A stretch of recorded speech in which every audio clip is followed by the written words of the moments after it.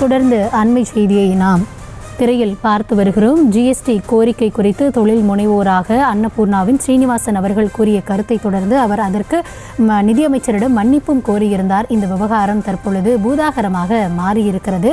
பல்வேறு தரப்பிலிருந்தும் எதிரலைகளை ஏற்படுத்தி வருகிறது. இந்த நேரத்தில் தமிழ்நாடு காங்கிரசின் முன்னாள் தலைவர் எஸ் அழகிரி அவர்கள் இணைப்பில் இருக்கிறார். ஐயா வணக்கம்.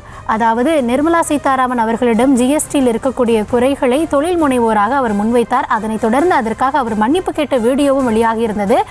தமிழக பாஜக தலைவர் அண்ணாமலை அமெரிக்காவில் இருந்தாலும் அதற்காக மன்னிப்பு கோரியிருந்தார். அவர் இந்த நிலையில் இதை எப்படி பார்க்கலாம் அப்படின்ற ஒரு கருத்து நிலவி வந்தாலும் பாஜகவிற்குள்ளாகவே இருவேறு கருத்துகள் நிலவுகிறதா அப்படின்ற ஒரு கேள்வி முன்வைக்கப்படுது.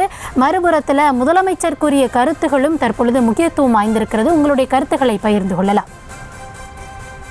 முதலாவதாக காங்கிரஸ் ஆரம்பத்திலிருந்து சொல்லி வருவது என்னவென்றால், பாரதிய ஜனதா கொண்டு வந்திருக்கிற ஜிஎஸ்டி ஒரு குழப்பமான ஜிஎஸ்டி, வியாபாரிகளையும் தொழில் முனைவர்களையும் இது பெரிதும் பாதிக்கிறது.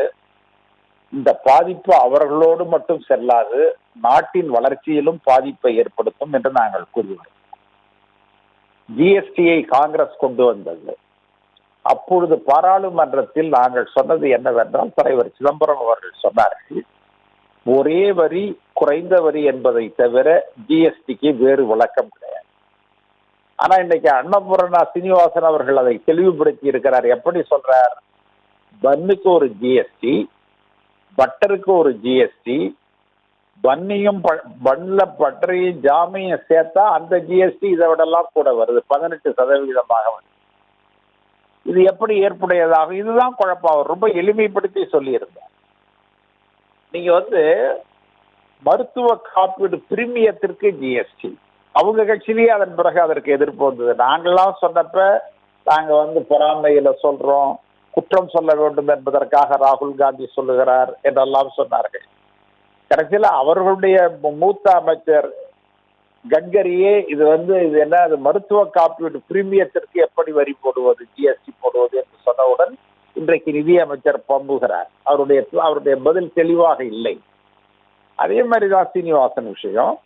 இதுல சீனிவாசன் விஷயத்தில் நடந்த குழப்பம் என்னவென்றால், அங்க இருக்கிற பாரதிய ஜனதா ஒரு குழப்பம் செய்தார்கள். அந்த குழப்பத்தை லண்டனில் இருந்து அண்ணாமலை மேலும் குழப்பி இருக்கிறார். என்னன்னா, அவர் அவராக சென்று வருத்தம் தெரிவித்தாரா அல்லது பாரதிய ஜனதாவிலிருந்து அழுத்தம் கொடுத்து அவரை அழைத்து வருத்தம் தெரிவிக்க சொன்னார்களா என்பது அவர்களுக்கு தெரிந்த விஷயம். எப்படி இருந்தாலும் அது அவ்வளவு இனிப்பாக இல்லை, அது கசப்பாகத்தான் இருக்கு.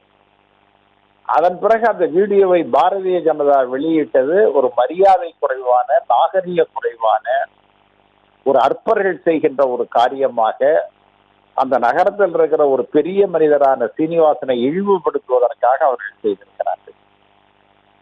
உண்மையிலேயே அண்ணாமலைக்கு இதுல வருத்தம் இருக்கும் என்று சொன்னால் அவர் என்ன செஞ்சிருக்கணும்னா, சீனிவாசன் அவர்களுக்கு தொலைபேசியில தொடர்பு கொண்டு, நான் வருத்தப்படுறேன், நீங்க பெருசா எடுத்துக்க வேண்டாம், நான் எங்க கட்சிக்காரவங்களை கண்டிக்கிறேன்னு சொல்லியிருந்தாருன்னா அது பெரிய தன்மை.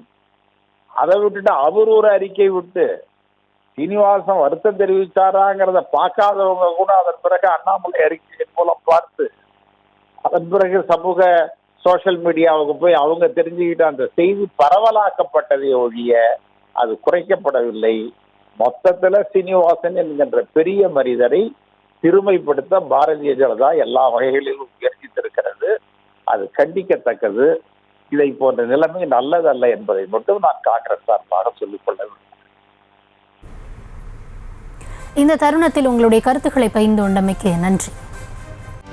செய்திகளை உடனுக்குடனும் துல்லியமாகவும் தெரிந்து கொள்ள சப்ஸ்கிரைப் பண்ணுங்க.